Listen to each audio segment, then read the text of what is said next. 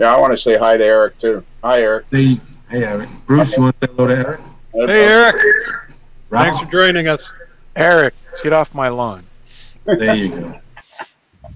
Sparky 107 wants to know how can he get to watch A Model Is Life or listen to A Model Is Life? How can he do that? If he goes to amodelerslife.com, there's links there to the free site, which is Libsyn and iTunes, and there's other. You can get it on Google Play. He can get it on TuneIn and Spotify. But if he goes to the website, amodelerslife.com, there's links right there.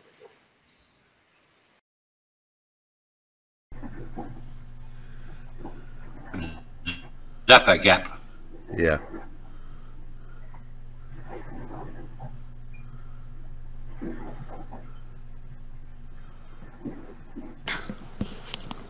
It's a CA type glue.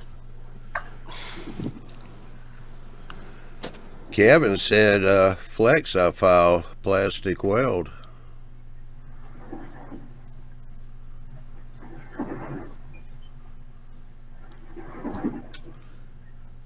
And Ron was saying MEK. No, I can use. No, I can weld with acetone. That works. It's beautiful. But I can't print this job in ABS. It has to be PLA.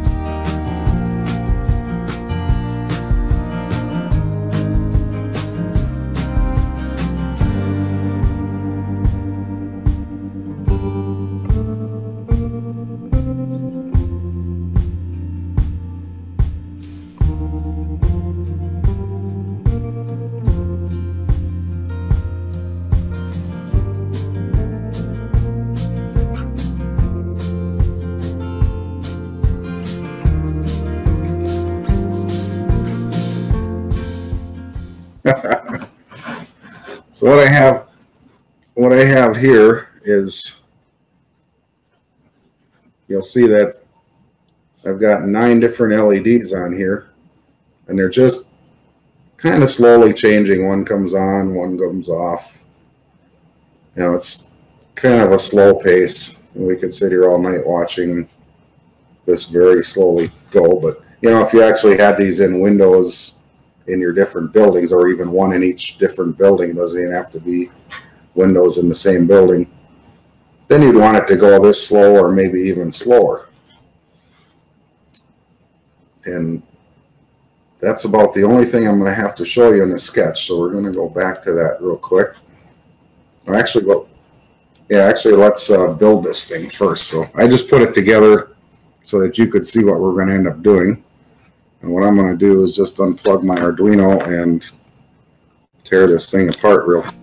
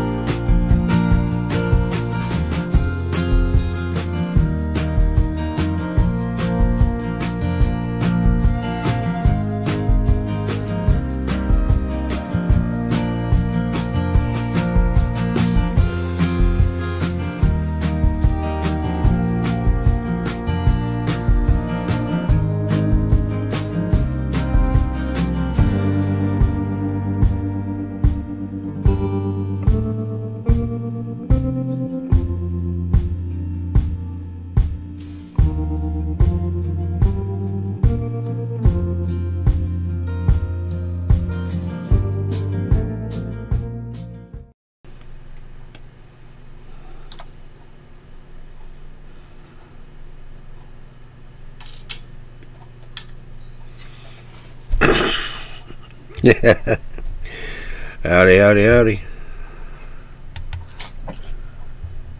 Hey, buddy, how are you? Get my camera turned on. Andy, how you doing? No complaints. It's Thursday. I never have any complaints on Thursday. Now, you ask about a Tuesday, you get different results. Yeah. Well, see, we got a number of people over here in the chat. We got some, got Kyle, JT, Joe, Warbonnet, Dwight, start to finish.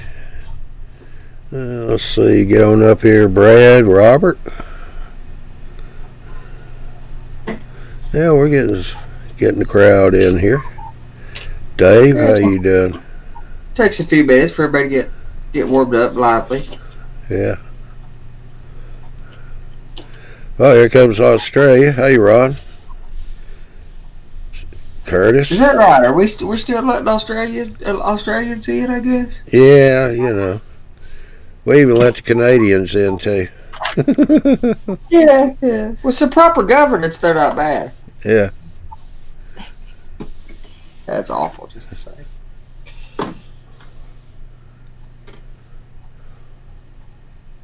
There's Curtis. I haven't caught up with Curtis in a while. Good to see you, Curtis.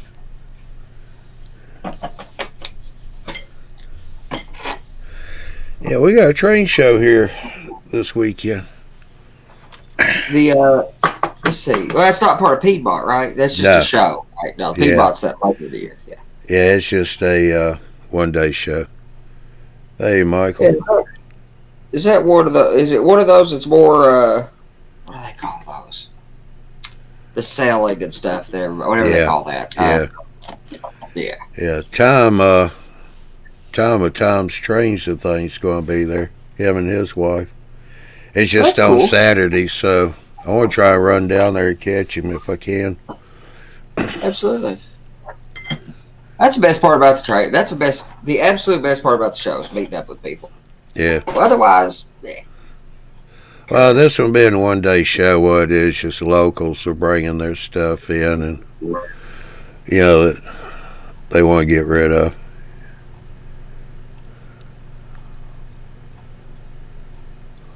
But, how can it be cold down there, Curtis?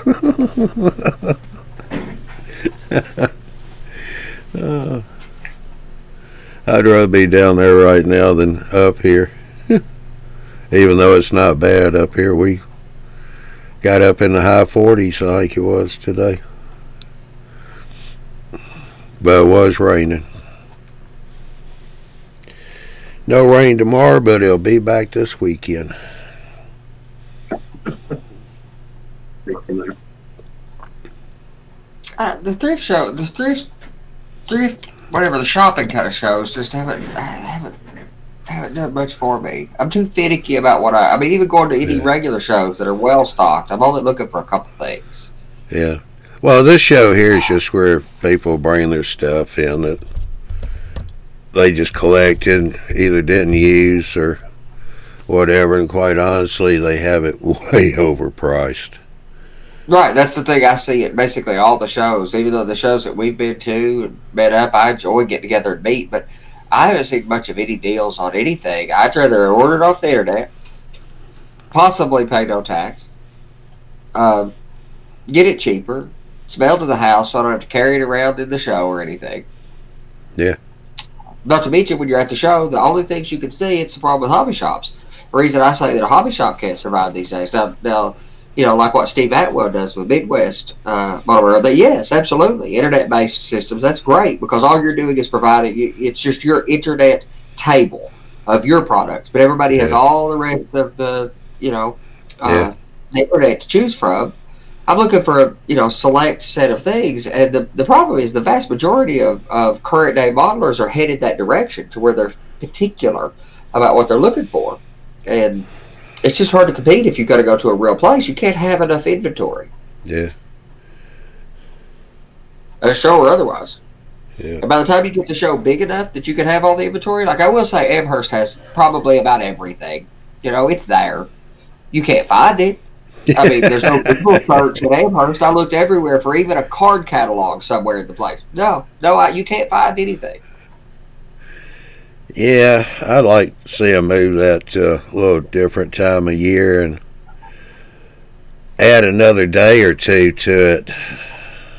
Oh, it's impossible in 2 days. It's impossible. I mean, it's just impossible anyway. If I went back again, I would do it like a 90-year-old man. I would do it with one of those little luggage carts or something to buy stuff on. Because by the time I found the few things, I did buy a thing or two, but by the time I found the few things that I wanted to buy, if it was much bigger than a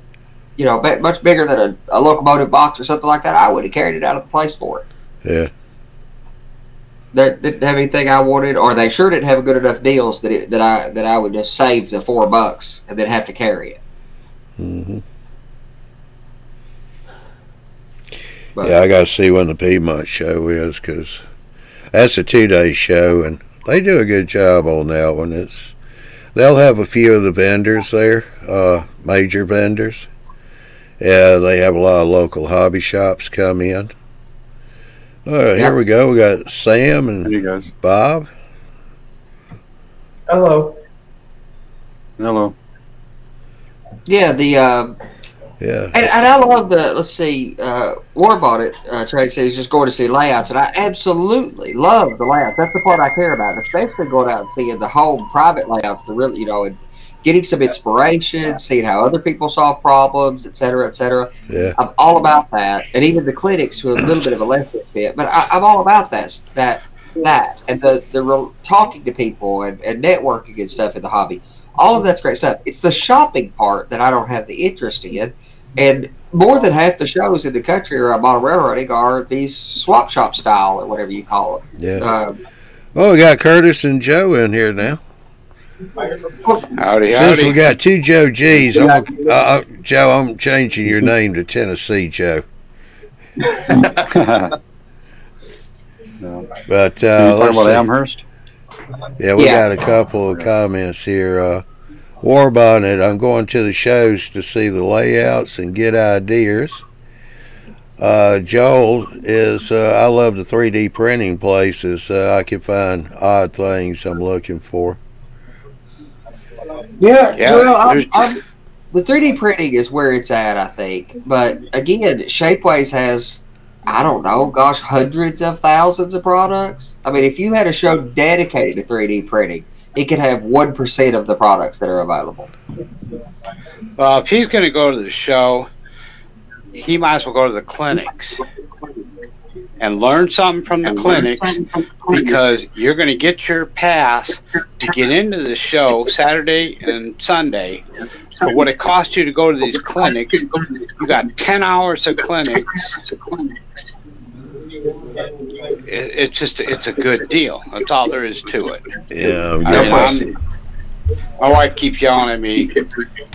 I gotta get everything packed, but it's like I still got a few days. Plus, I'm watching the storm.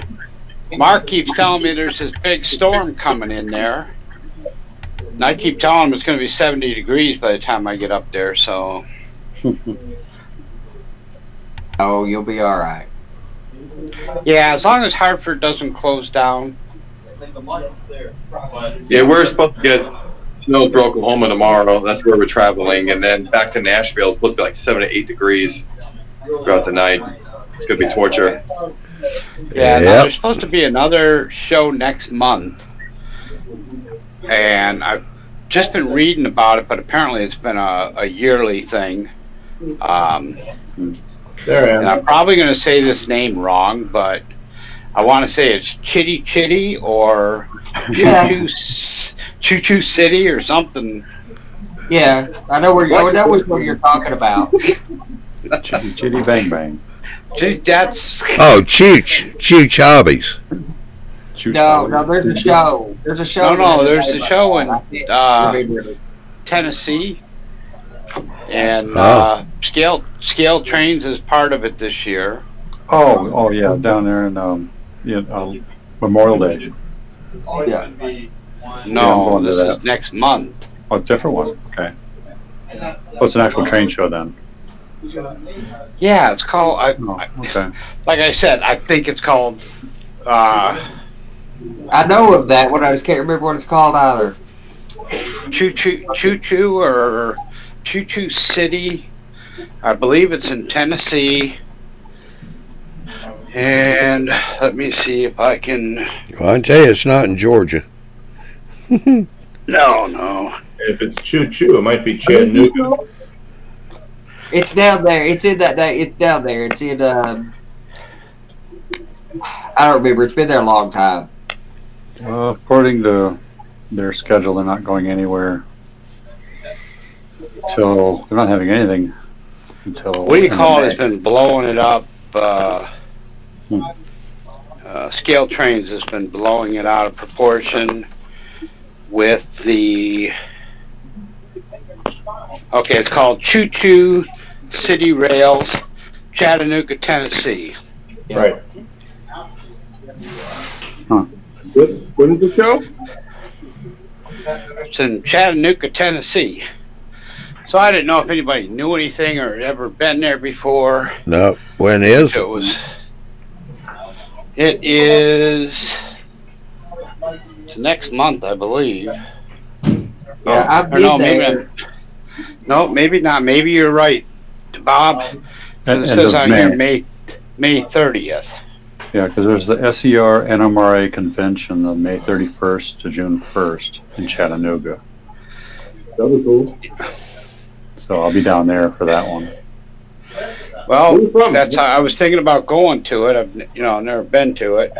Mm-hmm. And Scale Trains has got that Hiawassee River.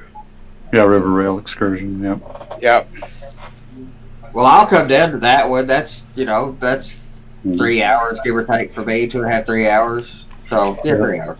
Yeah, Marty Joe's. Plan on going to. Yeah, Marty Joe's on tour. Yeah, James and I will be down there for that one. Can't you tell he's backstage? Yeah, this. I don't know if you get this or not. Not unless he's a member of the Southern Division. That's cool. Okay, well, this has got like a 3 or 4 page spread on it with all the layouts, who's got home layouts, and so it just seemed interesting. It's not like I need another shop swap to go to after Amherst, turn around and go to another one, but. And there's a lot of stuff in that Tennessee area. Of course, Chattanooga, the home of the NMRA, they've got the Chattanooga Choo Choo. But the best thing going on down there is the Tennessee Valley Railroad Museum. That is a must see railroad event this side of the country. There in Spencer and Steamtown, the what's that one in Pennsylvania? The Altoona. Yeah, well, Altoona, the steam that they run that Norfolk Western locomotive. Oh, Strasburg. Yeah, there's there's these 4 or 5 or 6 that are just really great sites. Chattanooga's got one of those 4 or 5 or 6. Crossville has a really nice model railroading group around G-scale outdoor stuff. And the hobby, I grew up in Knoxville, Tennessee, and the club that I was a member of there fell apart years after I left. After the guy who had kind of started it and founded it, after he passed away, the layout was out of life for a number of years before it was destroyed in a fire. But they've restarted that one maybe a year or 2 ago, and that's in the Crossville area, so an hour or so outside of Chattanooga, and that they've got a new layout down there, 500 or 600 feet main line, whatever, building in a room. So there's a lot of stuff across that hour range around Chattanooga. There is, and it's now they're running 4501, the Southern 4501 around TVRM. Nice, nice. And they may bring the J back down there too if they're going to run excursions this year. Since TVRM is doing it, Norfolk Southern doesn't have their steam program running, the last year or so. The 611 was at TVRM last year. I'm pretty sure. I know it was the year before, but I think last year it was there too. So, but they've been bringing it from the Virginia Transportation Museum. So, yeah, that's a good place to go. The Choo Choo's completely rebuilt. I haven't been there in 15 years since it was a quite different layout than it is today. So, Bob, are you moved yet, or is that still? No, we moved over the holiday. We had no Christmas. We had no New Year. So basically, we're in the new place. It was a whole lot different around here, but we had what I call the move from hell. The movers, like any movers probably, but these were terrible. They broke stuff. They lost stuff. We're still trying to retrieve some of our personal belongings. It was just terrible, but settling in here, it's looking okay. Knoxville. Yeah, you moved down to Tennessee, right? I'm in Knoxville now. Okay. You're in Knoxville, Knoxville.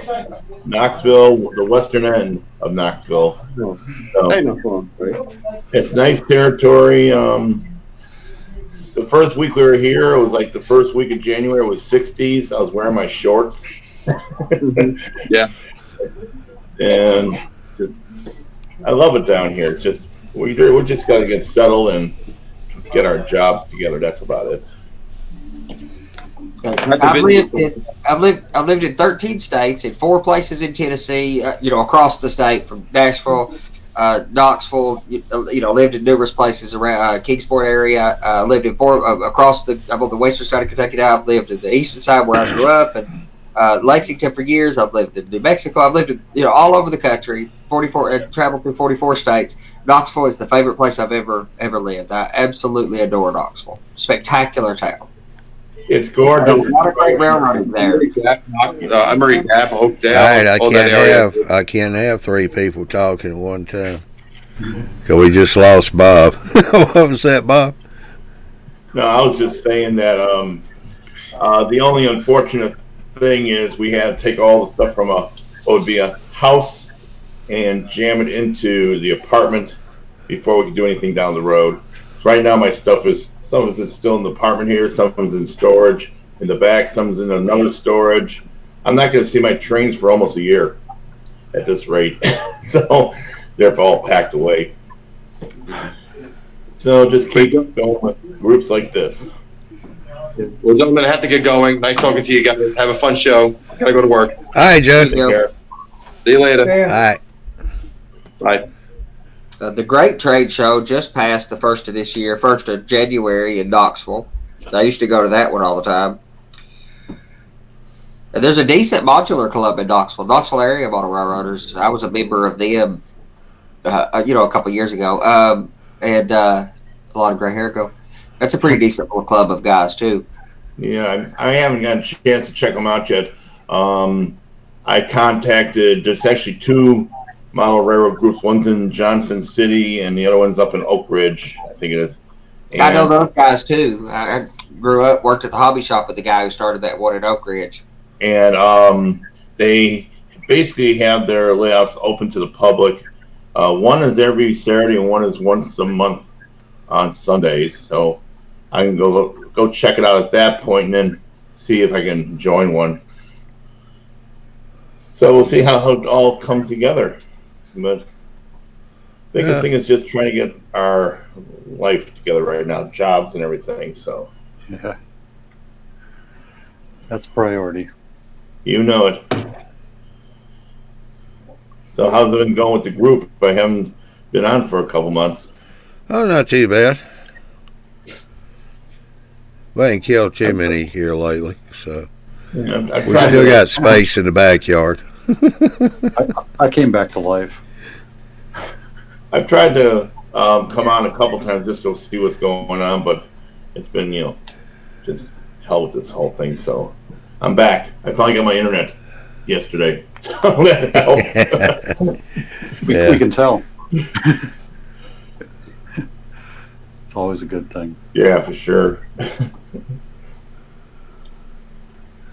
I purchased a new train, and less than 3 minutes before we went live, it was like on the floor because I have my Easy Track set up on the floor so I could run trains, and I kicked it over.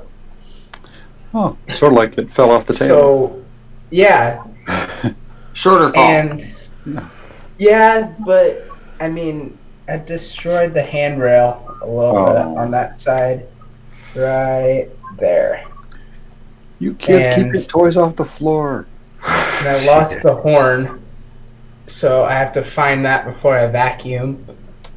But I bought it. I love it, and it sounds great, and it looks great, and it can haul like 40 cars. So it's a pretty good puller.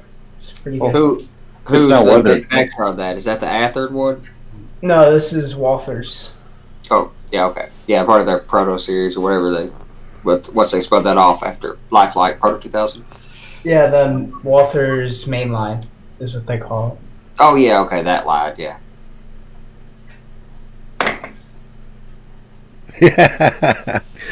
Marty said that Sam took a ready-to-run model and turned it into a kit.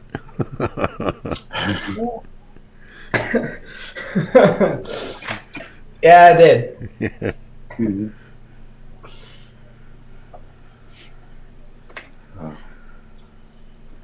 Someone should put that on a shirt. No. Yeah, Ron knows to call bridge feet. That's the part that goes between the bridge and the pylon to connect the bridge to a solid. That's what all of us modelers call them. Any civil engineer will give you a hard time for calling them feet. They call it a bearing or a bearing surface. So like Chris Rood, who's a civil engineer, part of our community here, that's a bearing. To me, a bearing, looks like a marble, but... Yeah, well, you know those engineers. They got to be different anyway.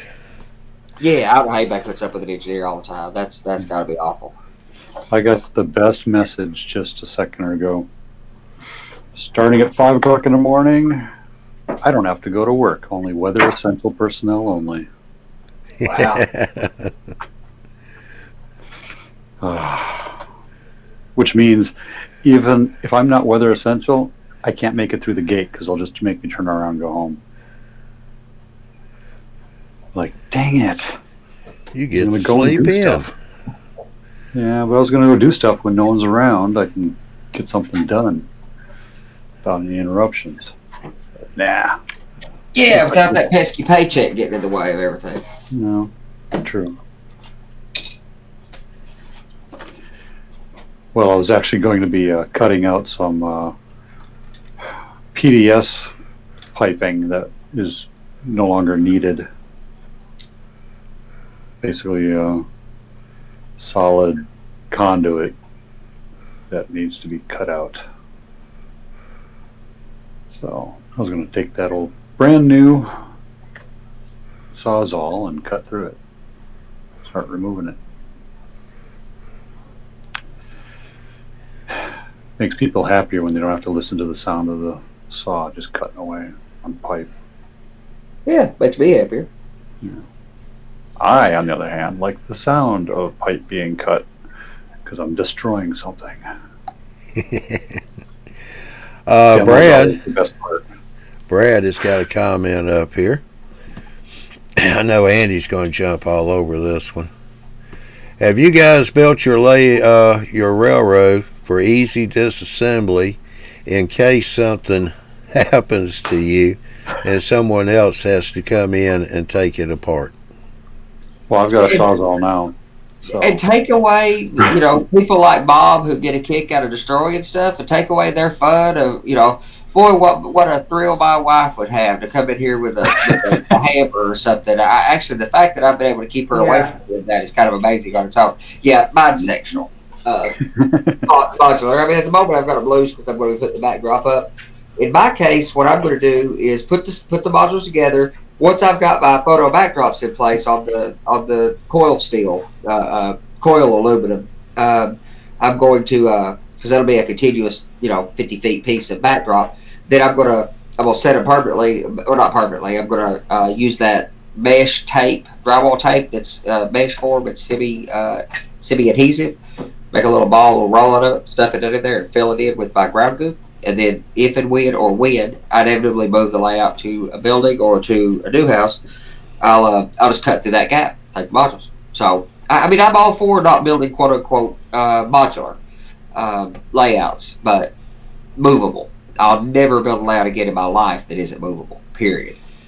Yeah, mine can come apart. I can just pull sections of the stuff off the wall up near the ceiling and actually reuse portions of it somewhere else if I have to. The Helix, well, all the panels on the Helix, they come off.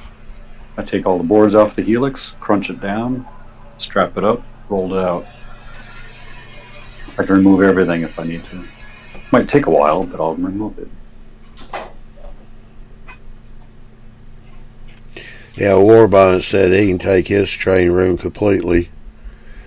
I can get my train room completely moved in a couple of hours. My train room is also the guest room. Mm-hmm. I have mine set to be taken apart because it's like semi-modular. I have it set so I can take it apart when I go off to college. Lean it up against the wall, Yeah. pretty much, you know. My parents say that they're going to move out of here as soon as I go to college. And that's a little concerning because then I don't have a place to put my trains. And that's a problem. That's the underlying reason they're moving. Yeah, I think it is. It actually is. Underlying reason they're moving. Yeah, I think it is. It actually is.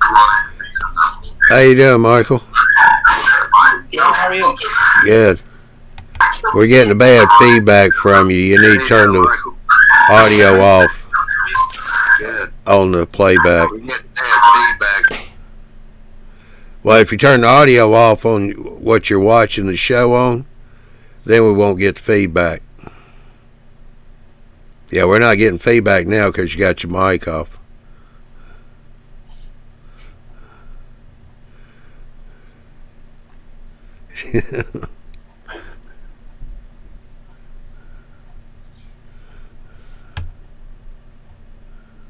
Sorry about that. That's all right. Many windows open at the same time.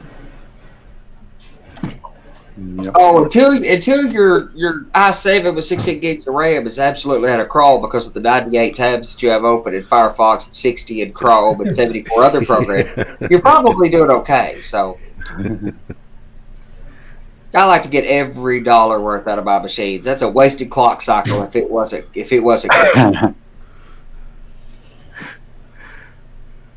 A wasted clock cycle. No, that's a geeky.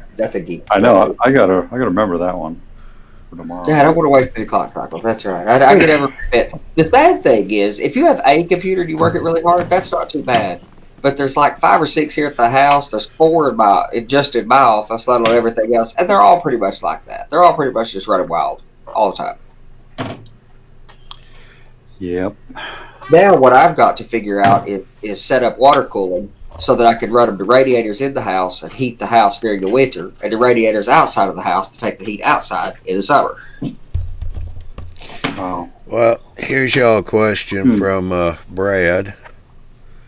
What do you guys do for lighting and keeping the dust down?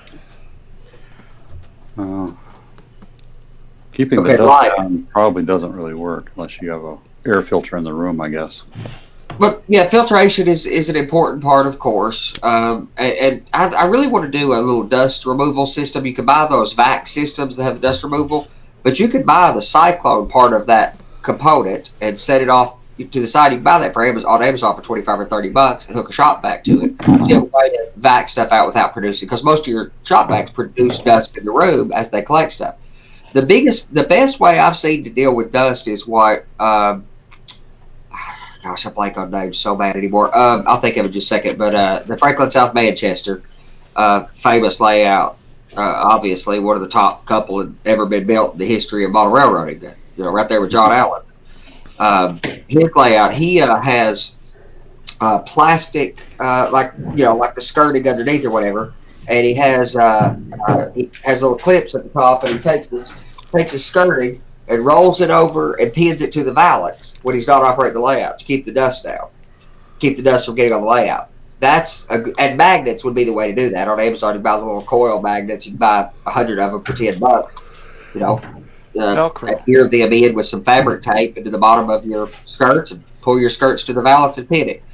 And then my last input on the second question, and then let everybody else tell me why I'm wrong about these things. I can't imagine lighting a layout with anything other than LED. Although, let me point you at the best reference I can tell you for lighting. Well, a couple references. I have, of course, the Fine Scale show. Sometime middle of last year, we had Jerry on, who made his name in model railroading anyway, as with Mount Albert's Scale Lumber, now a part of Fast Tracks.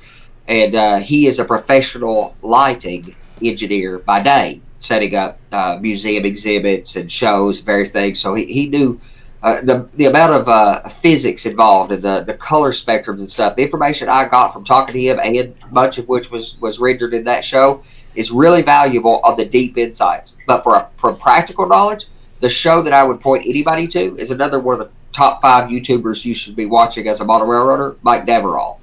And he did a breakdown on the practical choices of lights, from compact fluorescent, all the trade-offs and pitfalls, and because fluorescent is what we used to use, and it's awful for modeling. For any kind of artwork, fluorescent just destroys any good quality work you're doing.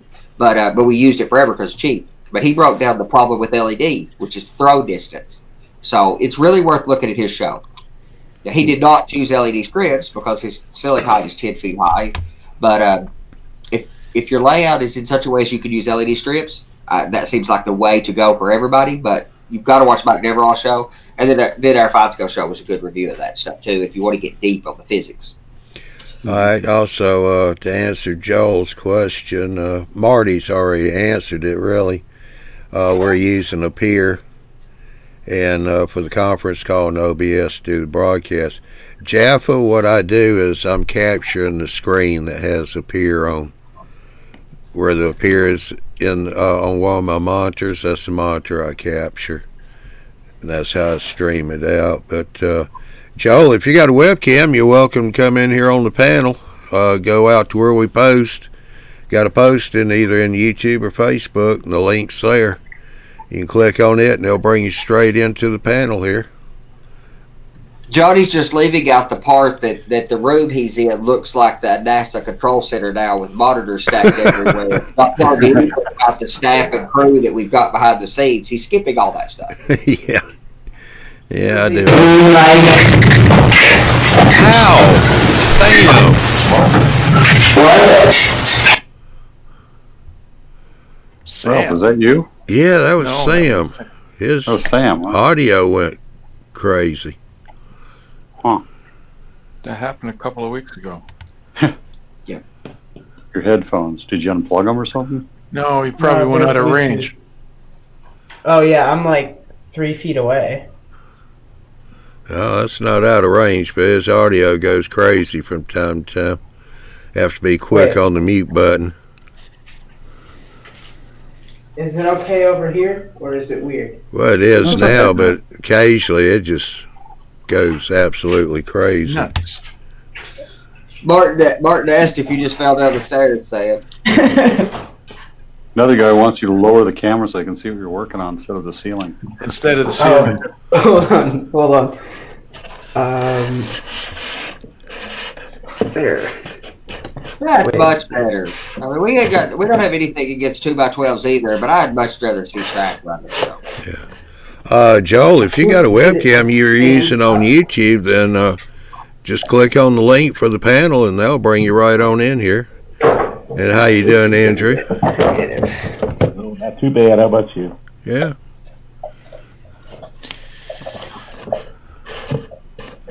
We're doing. Two Andes, no waiting. No, tomorrow. 2 Andes, no waiting. That's fine. That's not in. I cannot get this to stand up. Andy, you understand because you have a Surface. Yeah, I have to stack stuff. When I use a Surface for this stuff, which doesn't work very great for this, actually, by the way, I did where the kickstand goes down, I just prop stuff under the kickstand to hold the machine up. Yeah, I have that to get it to wait. It's a balancing act. You gotta walk away slowly. Well, where it's at right now is okay. That's not too bad. All right, now we just have to hope that it doesn't fall over forwards. No, we just have to hope your audio doesn't go wacky again. Yeah, that would be really bad. Yeah. For people on headsets, it's killer. It's hard on the ears, yeah. That's the reason why I got my cursor up here by the mute on Sam. Oh, people get persnickety about that. My dad ran a music studio for for latter part of his life and as a hobby in his younger life, when I was younger anyway, growing up. And I seen about the biggest guy I ever seen in my life just about take our engineer outside and whip him one time for squealing in his ears. Letting it squeal in his ears.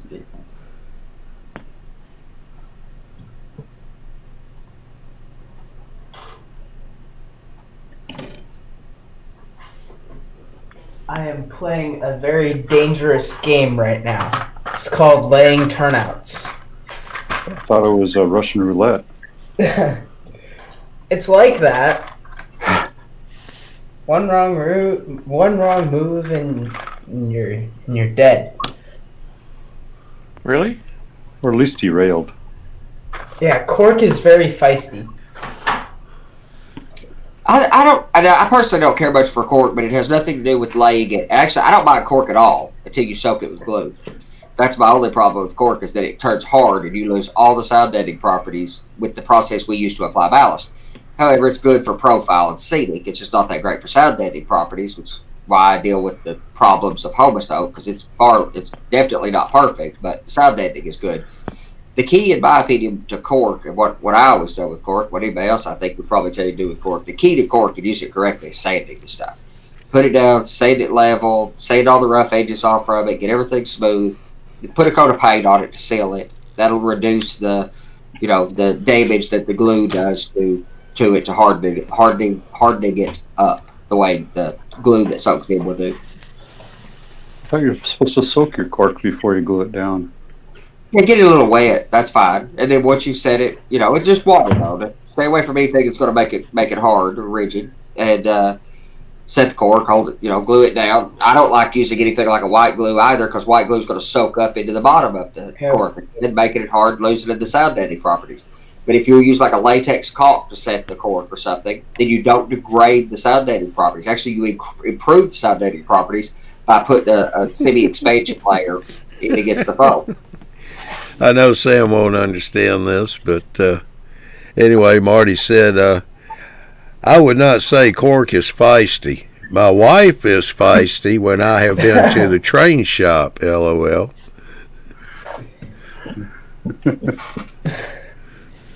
Now, one good way to lay down your cork and lay down your turnouts, which a lot of people don't use your eyeball. Get down and look inside it, yeah. You'd be surprised how accurate your eyeball is looking down cork or anything. Yeah, I have pictures of the way I had my turnouts set, and I have like 3 pictures, one from the side, one from the other side, one from above, and I have it all penciled out, and I'm being very careful because I don't want to mess up. But I will probably end up messing up anyway. But don't be afraid to get down there close to the track and eyeball it.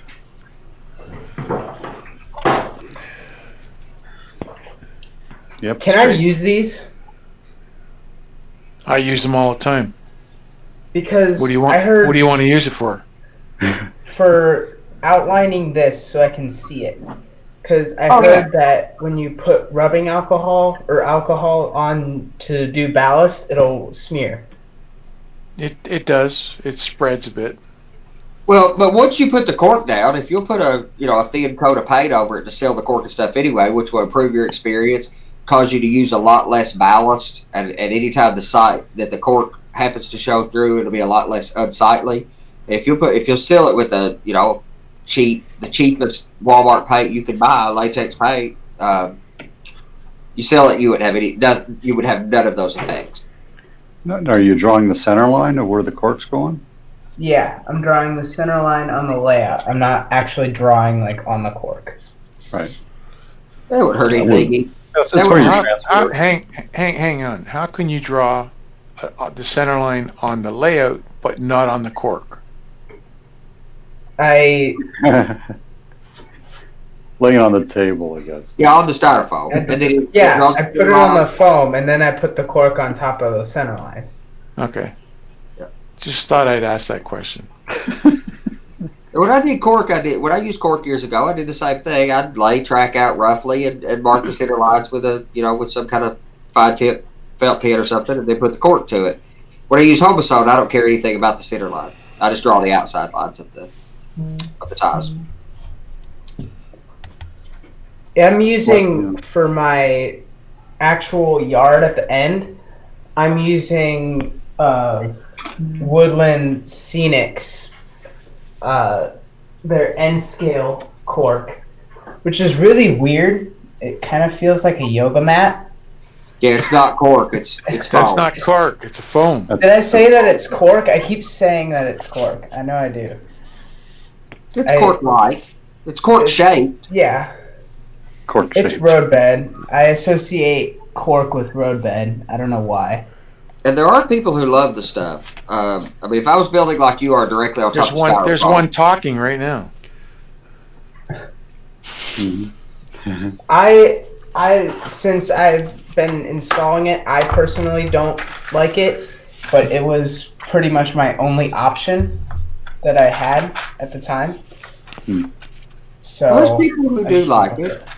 There's people who do rave about it, who say it's their preferred thing. If I was laying the way you are, or laying on top of straight on top of foam or straight on top of wood, sub-row bed or otherwise, I would use Homo bed, which is it's made of Homosone, but it's cut just like the cork road bed you've got into the same 2-strip components, and you lay it just like the cork, but it's Homosone. You're way old school, Andy. Homosone's dead. I do not build layouts in very traditional ways. Homosone's the only thing in the entire layout that is consistent between the way I would have built the layout 13 years ago or 14 years ago, the last layout I built, and this layout. The only consistency is Homosone. And I looked for a year or two before I started on this one, maybe longer, looking for alternatives. And the only alternative I could find was MyCore. And there's modelers who use that stuff, and it's a really good looking product. But it's very hard to get a hold of where I am here. So I don't know what else you do. Homosone's no more down here anyway. But real fast, I got Joel in here as a guest. Hopefully you can hear me, Joe. Go up to the top of the screen. You'll see a thing there that says Cam Mic. Go ahead and select that. Make sure you got the right camera and microphone selected. If you want to, you can leave the camera off and just use the mic part, but you have to set both of them. It goes down at the bottom of the screen. In the center, you can turn your camera on and off.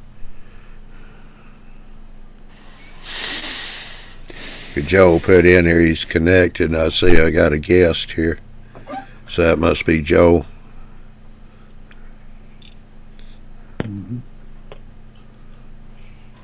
Whoops. He's got to reset. Wrong button. Yeah. The other thing I do when I do road bed is, instead of Elmer's glue or something like that, contact cement. Exactly. 77. Yeah, I like that too. You do have to if you're going to use that, they make a Super 88, I think it's called, that's foam safe if you're going straight on foam. Otherwise, you've just got to put a coat of latex paint down, and then you could spray it with contact cement, which, I mean, I'm a believer in that regardless. If I built a wood frame layout, I would paint all the wood components to reduce the expansion contraction from humidity. I would paint any stud road bed I put down. Sealing the components is really important to stability. That was a very important step when I built the bridges. I made sure I painted everything. Yeah. Real quick, Joe.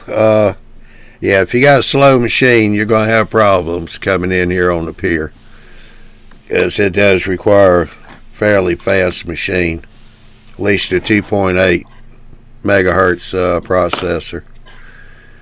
And internet helps. Yeah, and you gotta have good internet. Well, he said his machine is slow. Yeah. So a 2.8 megahertz, boy, that takes me back. That's back when I first started computers when I was young. Mine's a 4 gig right now. Yeah. We all know what he means. It's just don't matter. It's RAM hungry more than anything else. So if you've got a machine that's over 4 or 5 years old that's got a gig or 2 gigs of RAM, you're going to suffer. But if you've got enough RAM, it's not a bad experience. I've used multiple kinds of road bed on my current layout. Did it hurt? No. I've got cork. I've got the Woodland Scenics black foam. Yeah, and I've got absolutely nothing. You're the one like the black foam, though, right? Didn't you? Aren't you one of them talk widely about it once? Yeah, I used a lot of black foam and on the wood, the actual solid wood that I've got, because I had to have a little bit some cushioning of the sound, and the foam helps with the sound deadening a lot more than the cork did, and so that's kind of why I went with that up on the wood areas. I got a couple sections that are just plain pink foam, and I don't even have anything on that, but it sure does echo a lot. I've learned that. Like, maybe not going to put everything on just a hanging piece of pink foam. It just I don't know. Just Ralph's got stuff that Ralph uses that's insulation tape or whatever for plumbing. That's a pretty appealing way to do it. Not just for plumbing. It's air conditioning tape. Yeah, insulation tape. I'm going to use that in my staging yard, and I would be, if I used FlexTrack, I would be inclined to use that other places. The benefit to having something like Homosode, old school or not, that it is, the benefit to Homosode or a material like Homosode, and there's plenty of people who lay on sheetrock, put sheetrock on top of their plywood and then spike to the sheetrock. It's very dimensionally accurate where Homosode is not. But the benefit is it'll hold pins, so you can spike to it. Spiking the cork is it's pointless. The only value you get in this, the only thing that's holding the spike is the wood tie. The cork doesn't give you any value. So even with FlexTrack, which I use spikes to lay FlexTrack, but even with FlexTrack, if you need a spike to deal with a gauge issue, you can't do that with cork. You could with that really thin stuff that you're using, that AC insulation stuff. You could spike through that with a good size, long enough spike. But with cork, you lose the ability to fix problems like that. It moves too much. That's something's going to happen to every layer. You're going to have some gauge problems over time. Warbonnet put here by all of the video feeds, it seems that everyone has basements but me. Actually, no, Andy's in a bedroom. Bob, you're in a bedroom, aren't you? Yeah, converted bedroom / man cave. Yeah. Yeah, Bob doesn't have a basement, and he has the biggest railroad of anybody in our group. I've got a basement. The whole house. Right. I got 2,800 square feet. And he got to keep his wife. And all I did is take the master bedroom and come one ace of losing my wife over it. So for a while there, I got to get my daughter's mother-in-law for 3 years. That was good, too. I got everybody's wife.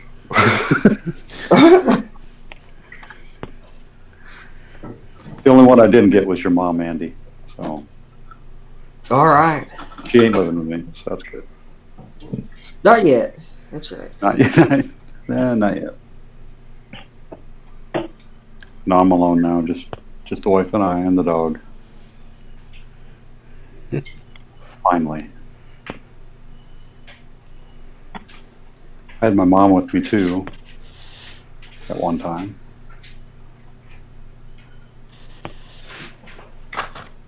And they put up with the track all over the house? My mom wasn't here when I had the track. Okay. So that was good. And the wife, it's her idea. Daughter didn't care. She was downstairs.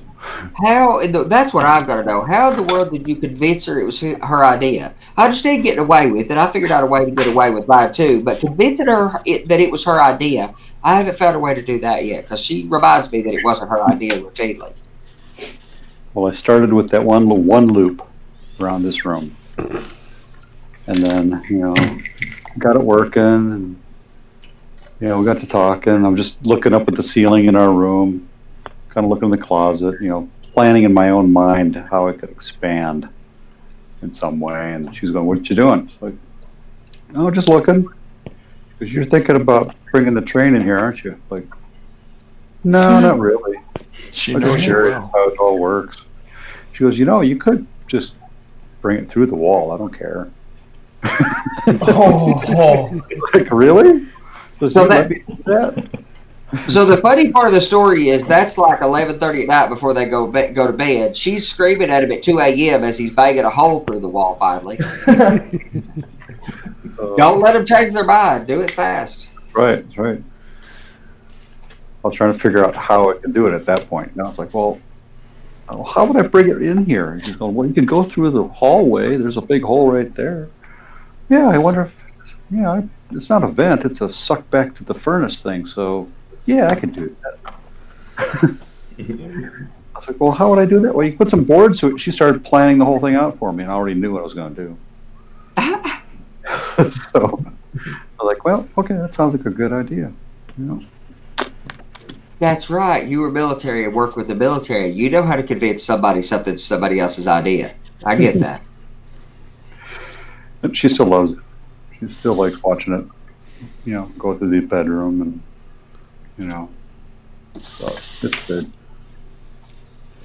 Yeah, I like that tube that you put in through the tree, though. Yeah. Yeah, that was her idea too.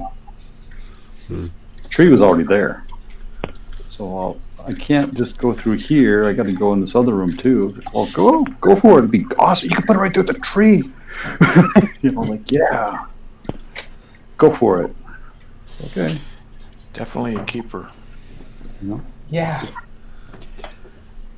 So I've been talking about the phase 3 going into the other part of the upstairs house. 2 living rooms.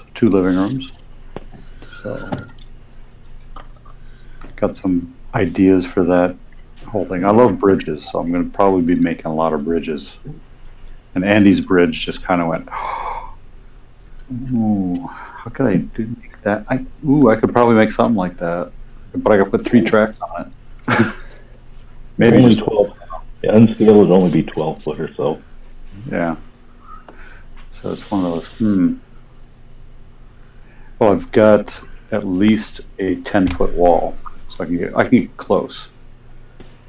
Well, that's almost, if you his being HO scale, that's roughly a similar in scale to the length of his. If you scale, that 23 or 24 feet of his is. Yeah. All right, Brad's got a comment here. What size of track do you guys use for HO scale code 100? My thoughts on that, Brad, is code 100's bulletproof, because when you buy in your rolling stock, you'll buy some, especially if it's used. You'll get it with what they call pizza cutter flanges. They're really tall. And if you use anything smaller than code 100, the flanges hit the top of the ties and cause problems with the rolling stock. So everybody, a lot of people just like use the code 100. If you're doing prototypical, like Sparky said, 83. And then if you, for the main line, if you do spurs or whatever, you drop it down to 70. That sort of thing. I remember code 100. Code 100. Code 100, if you measure that out, it would work out to about, 8 3/4 inches tall on real rail. Well, code 100. 150-pound rail. Yeah, I had this argument with the other Andy before. It's 150-pound rail. Yeah, closer to 160 pound per yard. The largest rail that was used on the prototype outside of areas like the Northwest Corridor or something is 136 pound, which is roughly 81 thousandths of an inch high. Code 83 is close enough for that. That's the largest rail used on any prototype anywhere, with the one exclusion of a strip of the Northeast Corridor where they run the Casellia at 160 miles an hour. So Code 83 is ever so slightly too large to be the largest rail ever used on a prototype railroad, excluding obscure exclusions. I think if I remember right, doesn't code 70 work out to be about a 100-pound rail? 110. It's really close. It's really close. 110-pound rail is like 72 thousandths. So it's really close. It's close enough. It's plenty close enough. Right? 1,000th of an inch here or there, whatever. Code 83 is perfect for 136-pound per yard rail that was put in just about everywhere after World War II. So if you're modeling prior to World War II, Code 70 might add rail that had not been replaced, that's still jointed rail, for example. Code 70 and Code 55, because Code 55 represents the 90-pound per rail really good. It's really close to 90-pound per yard. There is prototypes, Code 40 is appropriate for some types of track if you're down, sub 70-pound rail. But I'm a big fan of 83. Also, Atlas, for example, when they come out with the Code 83 Atlas, I was working at the hobby shop as a teenager, they reduced the size of the spike detail. So generally speaking, the clearance on Code 83 Atlas track with the smaller spike detail, and would be the same for microengineering that obviously has a smaller spike detail. You have roughly the same amount of clearance on 83 as Code 100, or close enough that even pizza cutter wheels would run on it. However, the very first thing I would tell anybody building a layout that bought a train set first, the first thing to buy, period, other than a good quality track, whatever, is good wheels and some weight. Because in the absence of good metal wheel sets and weight, you can't keep the track clean. Plastic wheels track stuff all over the place. Metal wheels help clean the rail. And you can't ensure gauge and all these other things. Your trains will derail if you don't buy good wheel sets for them and put the weight in the cars. Well, it also takes good track work as well. Sparky put a note down. He says most people, when they're looking at your layout, they're watching trains, they're looking at buildings, they're not looking at the size of the rail.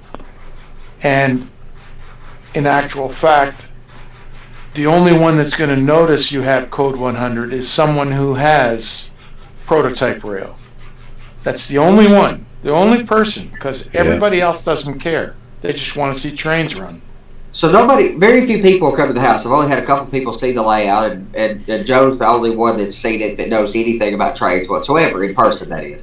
I hope to have more people come and visit and operate eventually, but we share the layouts in photos online a lot. That's the most number of people that will see anything that you ever see in life, regardless of railroading or otherwise, is through the photos that we post on Facebook. And boy, I can tell the difference in rail that fast in a photo, and so can all kinds of other people. Now, you can weather some of that away. You can shoot from further away. But if you want those nice close-up photos, you've got to design for that. And that means properly sizing the components that are going to be right in front of your lids. And then also setting it far enough back from the edge so that you have some scenery, so that you can take that picture down close and not have fascia in your shot. So, except for the track photos of my weathered locos, you can't tell that it's Code 100. You keep saying, no, that's hand-laid track. I keep telling you it's not. Well, I've turned it into a joke at this point. The reason I suspected that it was hand-laid track, well, because I got to know you enough to know you were trying to pull something on me, so I just had to figure out what you were pulling up on. But beyond that, you had a spike every 4 or 5 ties. I mean, first glance, it's going to look like hand-laid, because with traditional hand-laid track, without all the details and using spikes, we always spiked every 4 or 5 ties. And when I see that every 4 or 5 ties, immediately it looks like hand-laid track to me. But your weathering... What are those pizza cutter wheels? Is that the stuff, the old River Rossi? Yeah. Yeah, it's the deep flanges, yeah. And taco or something like that. Troy Simpson wants to know, Code 83 in N scale. Scale is the 100 equivalent in HO. So the Code 80 in N scale is actually a little bit deceiving, because the rail is Code 80, but they hide some of the rail down in the tie material, so it's not visible. Actually, Bob would be the best one to describe it on this. It's not visible to the side profile as well on Code 83. While it has the electrical connectivity and the structural strength of that, it's a smaller. The visible gauge is not as high, so it's not even as bad as the visibility of the Code 100. Again, I don't know that I'm a believer in a holistic view of your layout. The decision, Marty was always trying to chide us about our photo versus painted backdrop argument, but I would, or puffball trees or anything else that I have a strong opinion about. It's about consistency. If puffball trees and a painted backdrop and various other things are good for you, Code 100 will not upset that holistic view of your layout. But if, on the other hand, you're using photo backdrop and static grass, spending many hours building multi-$100 high-quality structures and scenicking $500 locomotive, you'll do yourself justice by sizing things correctly, I think. Now, I'm not sure the difference in 83s and 100s is a big deal. With it, Andy gone high tech on it, that holistic stuff. Yeah, I went with code 80. Words there. three syllables. I think my rule is I can't have more than 3 or maybe more than 4. Andy, Sparky says take a drink. I know, I need to go buy my chocolate milk. That is a good point. I chose code 80 because it was cheaper than code 55. Right. But it's not as bad as the code 100 at HO scale in my humble opinion. Yeah. It was just easier to find the pieces that I wanted already pre-made instead of having to... Yeah, you remember way back when the HO track with those fiber ties? Yes, I remember it. Oh, man. Well, it was all code 100 back then. That's all we had was brass on fiber. So, was it copper? I thought it was just brass. Yeah, it's brass. It's brass on fiber tie. Yeah. And they had steel come around shortly thereafter. But by the time steel rail was around, not nickel silver plated, but exposed steel, and which is good for large scale and battery. It's battery powered steel rail's great. But by then they had plastic ties. Well, I remember trying to put ballast down on that fiber ties. And all of a sudden I had trains on the ground. Well, see, I started buying True Line when I was really young. 8 or 9, 10 years old or something. I found out about True Line and started buying from this hobby shop across town that had that bought collections or bought estates, and they had boxes of True Line stuff. And I started trying to use that stuff, which was my first experience with anything approximating hand laid. It's not really. There's Atlas Code 100. But you cut the spike detail off. I mean, that is not stock straight out of the box. You cut the spike detail off. You spiked every 5th time. So all you did is hand lay your hand lay to Atlas plastic tie. It works. Oh yeah, and it looks great. And your weathering techniques are way above par. So you hide it much better because of that. But if you wouldn't have told me either way, I could have told you it was code 100 rail. You could say, but now the paint does a lot. It hides some. That's 100? Yeah. Oh, okay. It's hard to tell. I mean, I couldn't really tell what the scale of the engine was, actually, because it could have been, well, I guess it could have been bigger no skip HO. No, that's a real engine there. That's right. See the trees in the background? They give it away. Oh, yeah. Yeah. Can't make trees and that foam that it's sitting on, that even makes it better. Yeah. Actually, that ceiling tile. Oh. It's almost like Homoso. It is. Yeah. So not hardly as dense. It does have good secondary properties, but it won't hold a spike. Not like it was carved like foam, though. Yeah. Oh, I'm trying to remember who the modeler was that did a fantastic job on a little diorama. Fantastically weathered and everything else. He's got a gas station 7-Eleven or something like that. And I've had to look at that photo for a long time to figure out whether it was real or a model. The only giveaway was power lines or telephone lines. There was no sag in it. Mm-hmm. Was it probably Pele? Soboard? I don't remember who it was. Ralph might know. I think he might have been in part of that Rust Bucket Weathering Group or something. I'm not sure. Mm. Boy, Pele stuff is superb. Yeah. And the difference that we're talking about here are, we're arguing over really subtle differences one way or the other. I don't know that it's a big thing. And the one thing I would say about, you beat me to it, Johnny.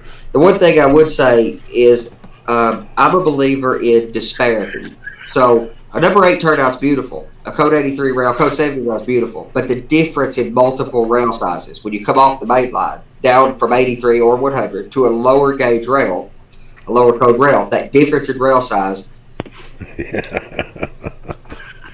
Troy Simpson, I mean, sometimes when I miss a show, I listen. Oh, shoot. I listened at the next day at 1.5 speed. Everyone sounds almost normal except for Andy, who sounds like he is on speed. Again, I love Andy. He's great. Just saying. This is so funny that the guy from Kentucky, the southern, rural American fella here, is the fast talker. With all the New Yorkers in our group, I'm the guy that's the fast. I'm thinking. Good thing I don't drive like that. So.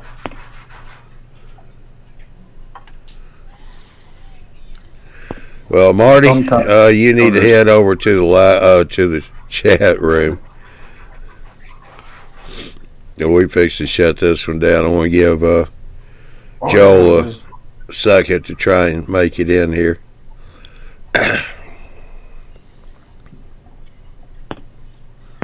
Just before we end, am I doing this right? Because this is how I've always done it. So just making sure. Am I doing it right? Well, if the pins come out and the cork stays attached, you're doing it right.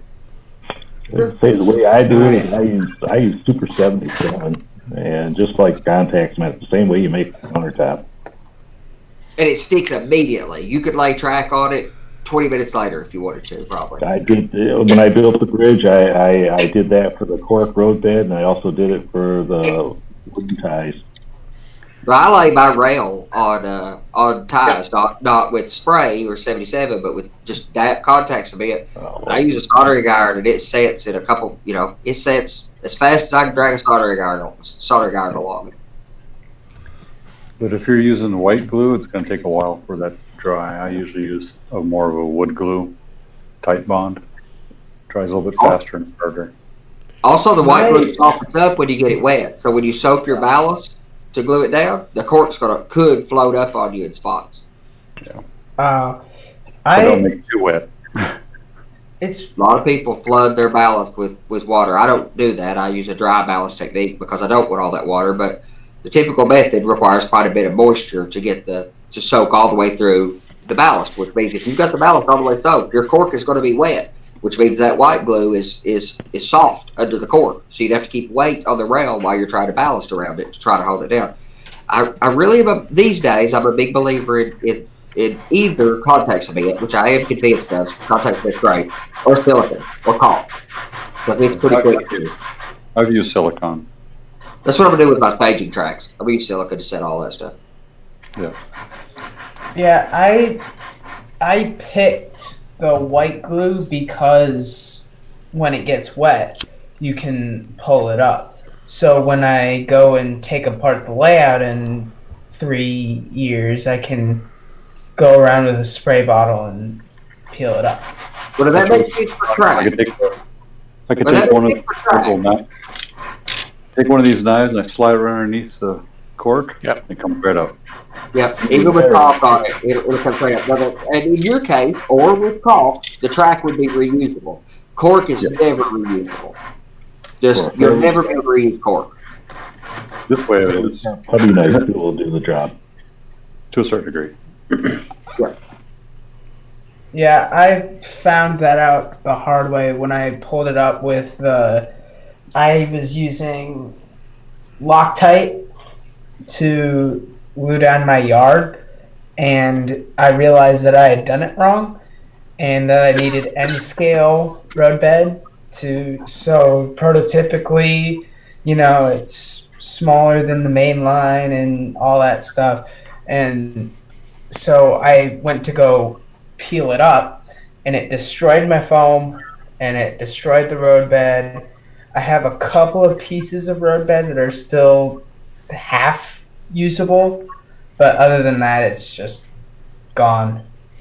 But using cork, I like the sheet cork. You can buy a roll of 8th inch rather cork and lay it out for yards, so you can just move tracks wherever for doing yards. And in that case, I'd be able to lay the 8th inch cork down and stick the regular cork for the main line right on top of that cork, so you have the maximum profile difference between the two. But even with what you're doing, with you using white glue under a cork, if you'll paint it with latex paint after you get the cork down, roughly sand the cork to get it somewhat smooth so it has that sharp edge and get it level. If you'll paint it with latex paint, then when you put your ballast down, it won't be able to get that glue under the port very wet at all. You should be safe. The other option is the way all right, we I got. glued that bridge together. I've got one question here. If I can find it again. Oh, Troy Simpson.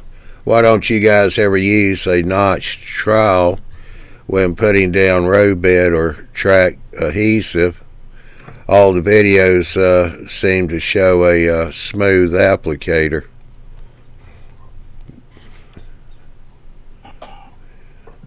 I'm trying to think what's the smallest notch trowel out there. A lot of times when I find the problem 16. That is, it's giving you thickness. You got the viscosity.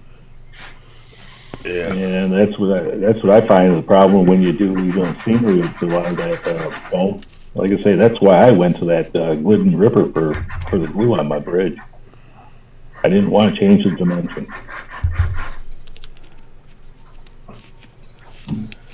I'm trying to think the smallest notch trowel. I don't know if there's anything. Was there a 16th or is it 1/8 inch? It's the smallest. A lot of times you just have to put the string of the notch trowel in where you want to put it down.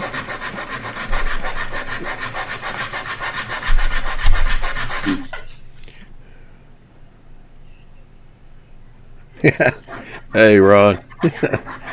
Just so we're fixing to shut the show down. He's popping in.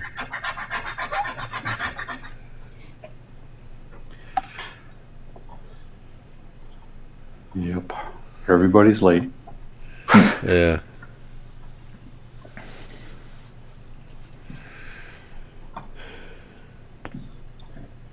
Jason.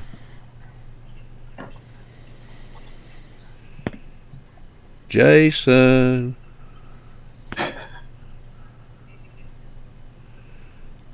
That must be one heck of a good NASCAR video he's watching.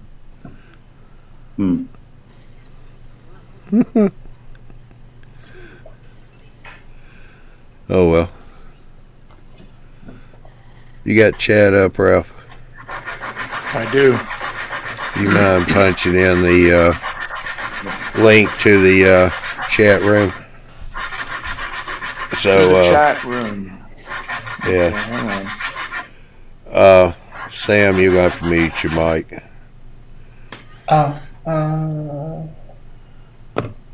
There you go.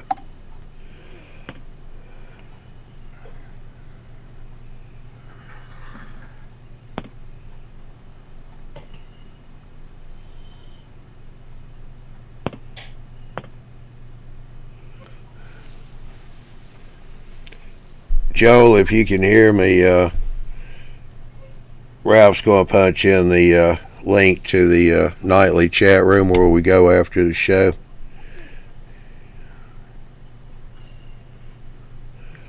Use that link right there.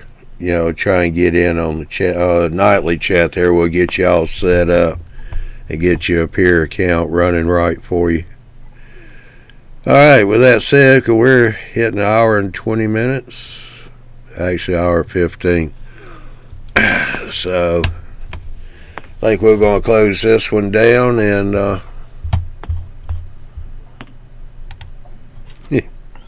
my camera come. Yeah, it come up. Alrighty. Let's see.